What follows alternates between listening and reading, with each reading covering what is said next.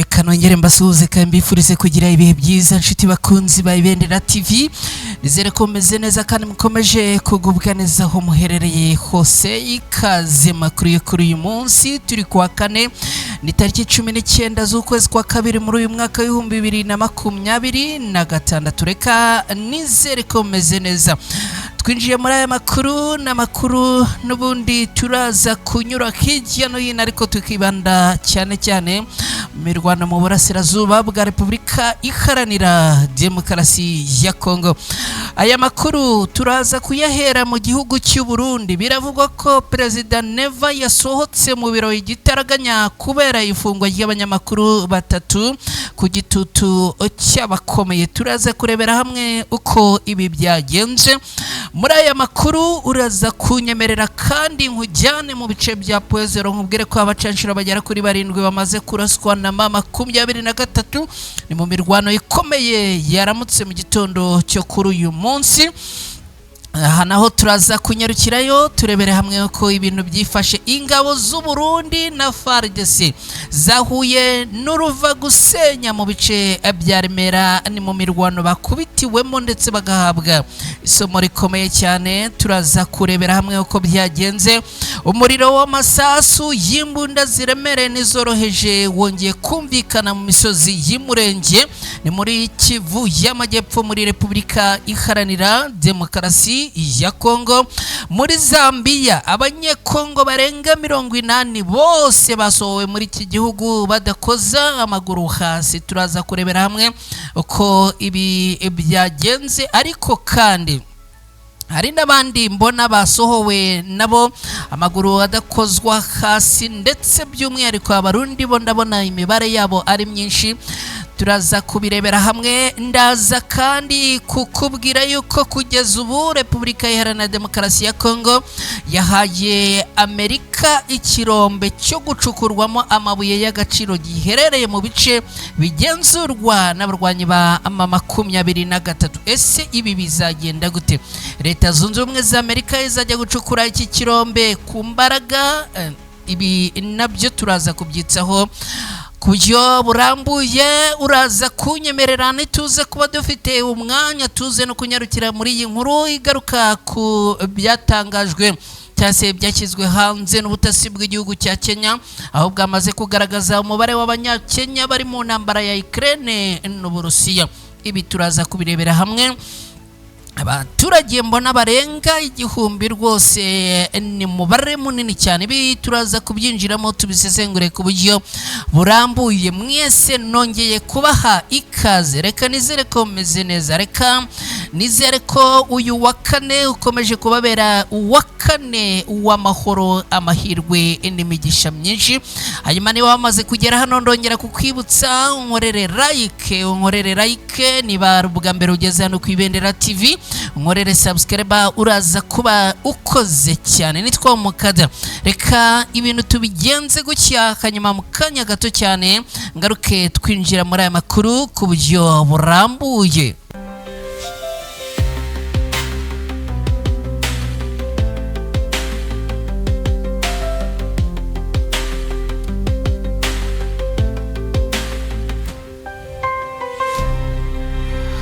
Yes, nongeye kuguha ikaze nanone wowe dukurikiye ku Ibendera TV. Abantu mudukurikiye muherereye mu turere tw'uburasirazuba bw'u Rwanda, hari abadukurikira baherereye mu karere ka Kayonza, muri Kirehe, muri Rwamagana n'ahandi, tubahaye ikaze.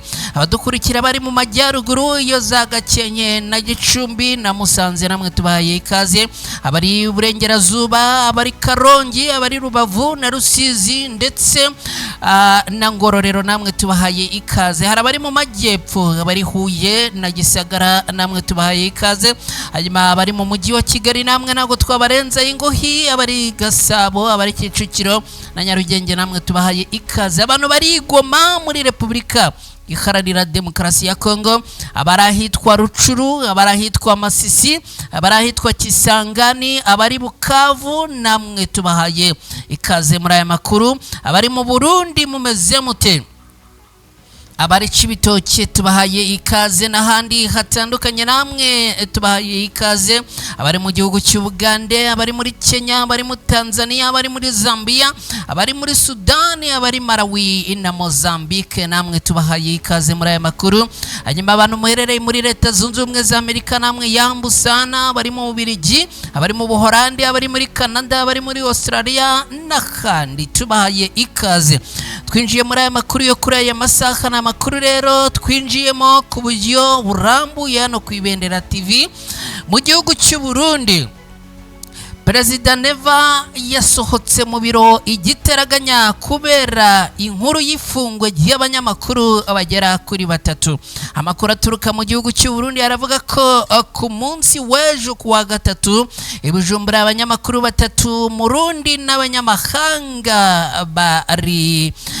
bari baherekeje Hajara Hibu, ni komiseri w'Uburayi ushinzwe uburinganire, kwitegura no guhangana n'ibibazo batawe muri yombi. Amakuru avuga ko ibi bikimara kuba, Perezida Neva ngo yahamagawe na bamwe mu bayobozi bakomeye muri EU agasabwa gukurikirana iki kibazo mu maguru mashya kandi byihutirwa. Andi makuru aravuga ko ibi bikimara kuba, Perezida Neva nawe yahise ahagarika akazi kandi ahita yihutira gukurikirana ibyifatwa ry'abanyamakuru. Amakuru avuga ko Perezida Neva mu makuru ngo yahawe ngo nuko aba banyamakuru batatu bafunzwe ubwo bakurikiranaga uruzinduko rwa komiseri w'Uburayi muri Minisiteri y'Ububanyi n'Amahanga y'iki gihugu cy'u Burundi. Bivugwa ko ngo bahise bajyanwa mu kigo cy'igihugu gishinzwe iperereza, nk'uko amakuru amwe agera ku rubuga rwa SOS Media Burundi abitangaza.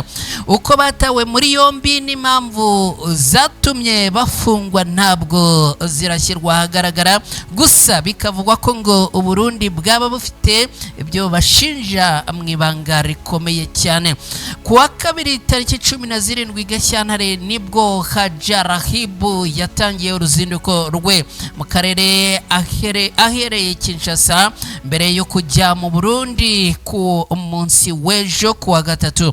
Biteganijwe kandi ko uyu agomba gukomereza uruzinduko rwe mu Rwanda. Iri fatwa ry'aba banyamakuru bagize umwuga rije mu gihe n'ubundi itangazamakuru rikomeje guhura n'imbogamizi zitandukanye mu gihugu cy'u Burundi ndetse no ku mugabane wose wa Afrika. Dukomeje n'aya makuru, nyemerera twerekeze muri Poezero, ni muri Kivu y'Amajyepfo muri Repubulika Iharanira Demokarasi ya Kongo. Abacanshuro bagera kuri 7 tayari barashwe n'abarwanyi b'umutwe wa M23 na mu mirwano ikomeye yongeye guhuriza abangaba ku rugamba mu gitondo cyo kuri uyu munsi. Mu gitondo cyo kuri uyu wa kane hitwa Poezero habaye imirwano ikomeye cyane yahuje abarwanyi ba M23 n'ingabo zirwana ku ruhande rwa leta ya Kongo zirimo FARDC, Wazalendo, aba bacanshuro ndetse n'abandi. Aha rero bikaba byaje kuba bibi cyane kubera yuko aba bacanshuro baje kongera guhura n'uruva gusenya mu mirwano n'ubundi bongeye guhuriramo n'abarwanyi ba Alliance Fleuve Congo M23 mu gitondo cyo kuri uyu munsi. Amakuru yize waturuka aho ibi byabereye aragaragaza ko ingabo za FARDC nabo bafatanyije bagabye igitero gitunguranye ku birindiro bya M23. Bikavugwa ko muri iki gitero cyagabwe kuri uyu munsi hari harimo abacanshuro bagera kuri 13. Abagera kuri 7 muri bo bakaba bakomeretse bikomeye cyane. Akaba ari igitero cyagabwe ku birindiro bya M23 mu masaha ya kare mu gitondo cyo kuri uyu munsi, ariko iki gitero bikaba bivugwa yuko ahagana ku isaha y'isa 4 z'uyu munsi cyaje gusubizwa inyuma ku mbaraga zikomeye cyane. Bivugwa yuko zakoreshejwe n'abarwanyi b'umutwe wa Alliance Fleuve Congo M23. Bivugwa ko M23 yakoresheje intwaro ziremereye za rutura irasa ku buryo bukomeye abarwanyi bo ku ruhande rwa leta ya Kongo, bigatuma n'ubundi ruhande rwongera gucika intege ndetse bikarangira rusubiye inyuma. Mu guhangana n'ibi bitero rero, abacanshuro bagera kuri 7 bakomerekejwe bikomeye, bakaba bakomerekejwe n'amasasu y'intwaro bivuga yuko ziremereye, ndetse bikavugwa yuko ngo harimo bamwe bashobora kuza gutakaza bimwe mu bice by'imibiri yabo, no kuvuga nk'amaguru, amaboko, kubera yuko ngo bakomeretse bikomeye cyane. Ibi byatumye rero izi ngabo zo ku ruhande rwa leta ya Kongo zari zagabye igitero ku birindiro byarwanya umutwe wa M23 basubira inyuma byihuse cyane. Nubwo kugeza ubu ngubu imibare y'ibyavuye muri iyi mirwano byose itari yashyirwa ahagaragara, ariko n'ubundi amakuru aturuka ku masoko yacu muri ibice byo muri Kivu y'Amajyepfo muri Repubulika Iharanira Demokarasi ya Kongo aremeza ko uruhande rwa leta ya Kongo rwahuye n'igihombo gikomeye cyane. Puezero ikomeje gufatwa nk'ahantu h'ingenzi mu bijyanye n'imirwano muri iyi minsi, kubera ko agace gaherereye ku murongo uhuza ibice bitandukanye byo muri Kivu y'Amajyepfo, no kuvuga Uvira, no kuvuga Minembwe n'ahandi nka Fizi, n'agace kandi gakomeje kuberamo isibaniro ry'imirwano, kubera ko ari agace n'ubundi korohera impande zombi zishaka gutegura urugamba neza kurwana, kubera ko ari imisozi miremire, kandi amakuru avuga yuko uri muri iyi misozi abareba neza umujyi wa Uvira neza nk'uri ku mutwe areba mu nda. Abasesenguzi b'umutekano rero bakaba bavuga ko kugenzura Puezero bifite igisobanuro gikomeye ku rugamba rwose rwo muri aka gace. Imirwano y'uyu munsi yongeye guteza ubwoba bukomeye cyane mu baturage. Iyi mirwano ikaba yongeye gutuma imiryango myinshi yihisha, iyindi irahunga. Iyi mirwano kandi ikaba yongeye guhagarika ibikorwa bisanzwe by'ubucuruzi n'imibereho, ndetse bikavugwa yuko n'ubundi benshi mu bakora ibi bikorwa bamaze guhunga. Abaturage barasaba ko imirwano yahagarara, abasivile bakarindwa, kuko ngo abakomeje kugirwaho ingaruka n'iyi mirwano ikomeje kubera muri ibi bice. Reka dukomeze n'aya makuru tukubwire yuko ingabo z'u Burundi na FARDC zahuye n'uruva gusenya mu bice bya Remera. Ni imirwano yabaye ku munsi w'ejo kuwa gatatu tariki 18 Gashyantare muri uyu mwaka. Hakaba harabaye imirwano ikomeye mu bice bya Remera, ni muri teritwari ya Uvira mu ntara Kivu y'Amajyepfo muri Repubulika Iharanira Demokarasi ya Kongo, aho bivugwa ko ingabo z'u Burundi n'iza FARDC na Wazalendo hamwe n'abarwanyi ba FDLR bahuye n'uruva gusenya nyuma yo gukubitwa bikomeye n'ihuriro rya Alliance Fleuve Congo M23 na twirwaneho. Amakuru aturuka ahangaha aravuga ko imirwano yaranzwe no guhangana bikomeye ku rugamba rurerure rwinjira mu mirima, mu misozi, ndetse no mu nkengero zegereye Remera na Murenge. Nkuko amakuru abivuga, ingabo z'u Burundi n'iza FARDC na Wazalendo hamwe na FDLR n'abacanshuro ngo barakubiswe ahangaha ngo abaratatanywa bakwira imishwaro, basubizwa inyuma bikomeye, ubundi kandi ngo abatakaza abasirikare n'ibikoresho bya gisirikare byinshi. Kugeza ubu ibyo bice biracyagenzurwa n'ihuriro ya Alliance Fleuve Congo M23 na twirwaneho, ndetse bikavugwa yuko mu gitondo cyo kuri uyu munsi aha habyukiye imikwabo ikomeye cyane, bikaba ngo byaje gutungurana. Muri iyi mikwabo hakaba hafatiyemo ibikoresho byinshi cyane bya gisirikare birimo imbunda n'amasasu. Umuriro w'amasasu y'imbunda ziremereye n'izoroheje wongeye kumvikana mu misozi y'Umurenge muri Kivu y'Amajyepfo. Amakuru aravuga ko urusaku rw'intwaro ziremereye n'izoroheje rwongeye kumvikana mu misozi miremire y'umurenge mu nkengero ya centre ya Minembwe ni muri Kivu y'Amajyepfo muri Repubulika Iharanira Demokarasi ya Kongo. Amakuru yizewe waturuka ku baturage n'inzego z'umutekano agaragaza ko habaye ibikorwa by'intambara mu gice cy'Amajyepfo ashyira uburengerazuba bwa Minembwe.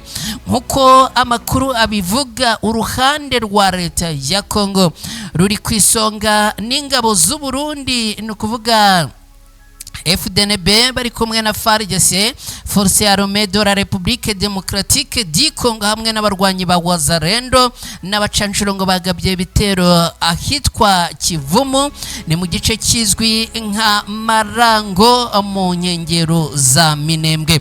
Imirwano yanabaye kandi mu masaha ya mu gitondo kuri uyu munsi mu bice bitandukanye birimo ahitwa Bisambu, ni bice byitegeye ahitwa Karingi ivuye ahitwa Rwitsankuku, ndetse n'ahitwa Nyaruhinga ni hafi ya Mukoko ugana kwa Murima. Ku mugoroba amakuru avuga ko abarwanyi bo ku ruhande rwa leta ya Kongo bagabye igitero ahitwa Kivumu baturutse irurenge muri teritwari ya Fizi, hanyuma ariko ngo bakaza gusubizwa inyuma. Nubwo ibitero byakomeje, abarwanyi batwirwaneho biravuga ko basubije inyuma ibitero by'abarwanyi bo ku ruhande rwa leta ya Kongo. Ku bijyanye n'imirwano bikaba bivuga ko ngo basubije inyuma ibi bitero bakoresheje amabombe ndetse n'intwaro ziremereye n'izoroheje. Ibi byatumye abaturage b'abanyamurenge bo mu misozi y'umurenge bakomeza kugira ihungabana rikomeye cyane, ndetse bikaba bivuga ko ngo harimo na bamwe batangiye guhunga ingo zabo. Bivugwa ko intego y'ibi bitero byo ku ruhande rwa leta ya Kongo nabo bafatanyije ngo bari bagamije kwirukana aba banyamurenge mu misozi miremire y'aka muri Kivu y'Amajyepfo, bagamije kandi no kugenzura neza ibi bice bya Minembwe bakayirukana abarwanyi batwirwaneho. Abaturage bo ku ruhande rwa Minembwe batangaza ko bashishikajwe cyane n'umutekano wabo, ndetse bagasaba ko inzego z'ubutabazi n'umutekano kwihuta abakaza kubarindira umutekano muri aka gace. Uyu mugoroba imirwano n'ibitero by'intwaro ziremereye byaje kubera ahangaha, bikaba byongeye ibyago ku baturage bitewe n'uko n'ubundi umutekano n'umutuzo w'abaturage wahungabanye. Abatari bakeya bakaba bahungiye mu mashyamba, ndetse abandi bakaba bahungiye mu bice bya Uvira. Dukomeje n'aya makuru, reka nkubwire ko muri Zambia abanyekongo barenga 80 basohowe muri iki gihugu badakoza amaguru hasi.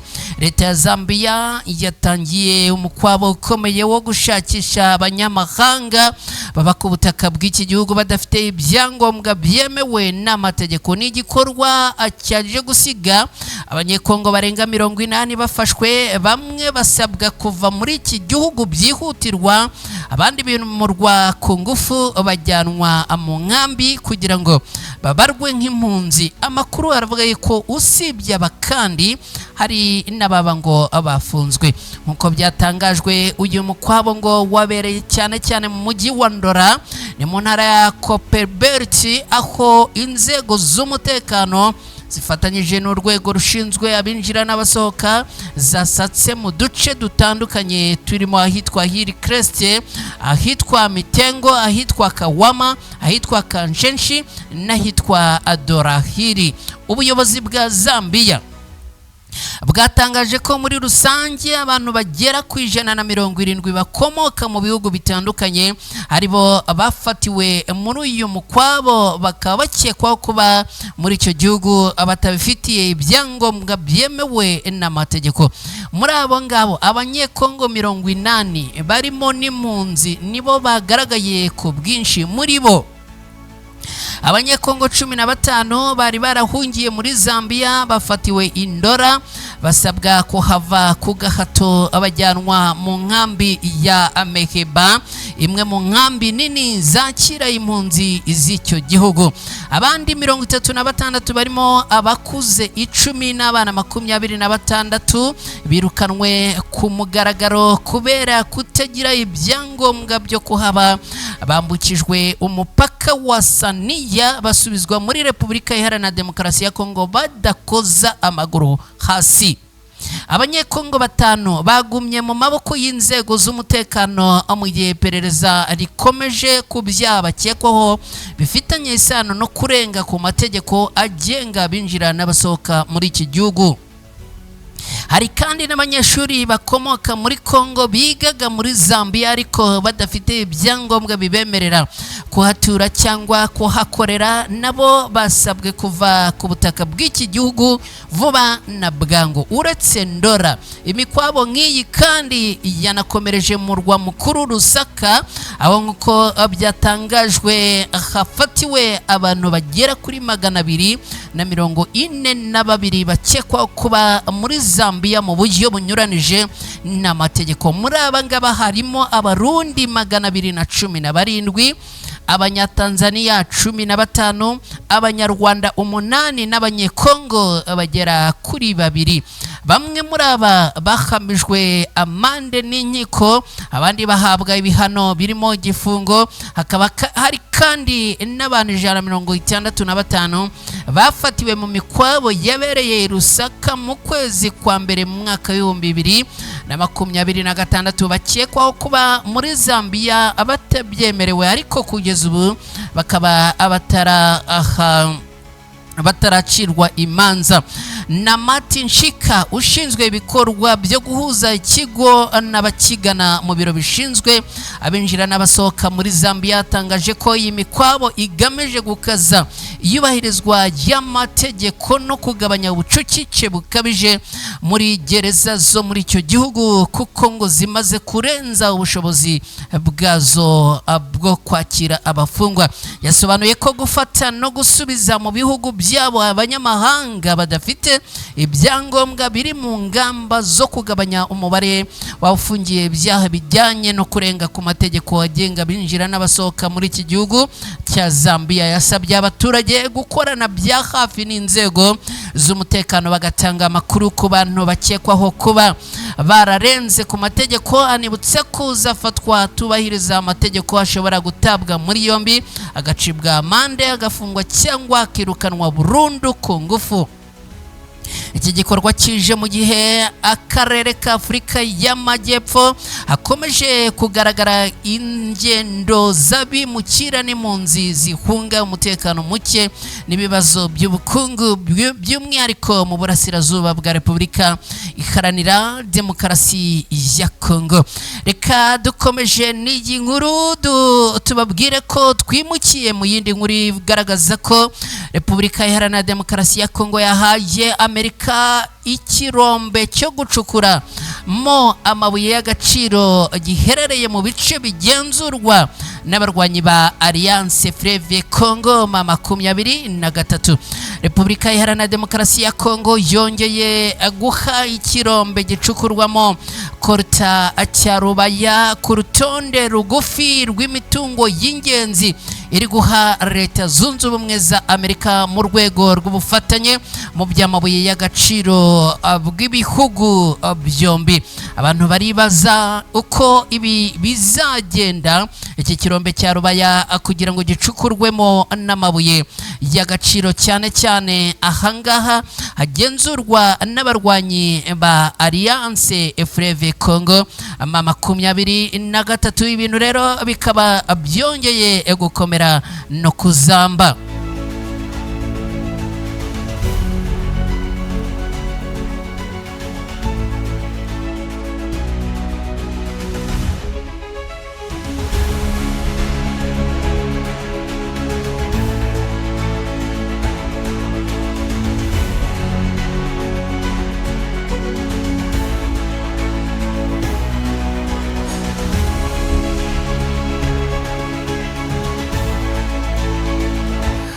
Alright, reka rero dukomeje n'aya makuru n'ubundi twerekeze muri iyi nkuru igaruka ku kuba n'ubundi igihugu cya Kenya ubutasi bwacyo bwamaze kugaragaza umubare w'abanyakenya bari mu ntambara ya Ukraine n'Uburusiya n'abaturage benshi. Mu by'ukuri imibare iragaragaza ko abaturage barenga igihumbi b'iki gihugu aribo abari kurwana intambara y'Uburusiya na Ukraine.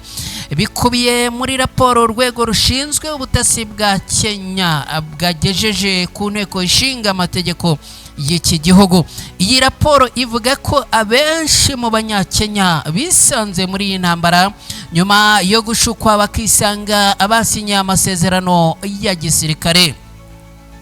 Amaperereza atandukanye arimo niriheruka gukorwa n'ibiro ntaramakuru AFP by'Abafaransa yerekana ko Uburusiya bwagiye bwifashisha mu ntambara burwanamo na Ukraine abanyafurika nyuma yo kubizeza akazi keza bikaza kurangira abangaba bajyanwe mu gisirikare. Iperereza rihuriweho yakozwe n'ubutasi bwa Kenya ndetse n'urwego rushinzwe iperereza ku byaha rwa kiriya gihugu yerekana ko abanyakenya barenga igihumbi aribo binjijwe muri iriya ntambara mu gihe inzego z'ubuyobozi bw'iki gihugu zo zavugaga ko abayinjijwemo babarirwa muri 200.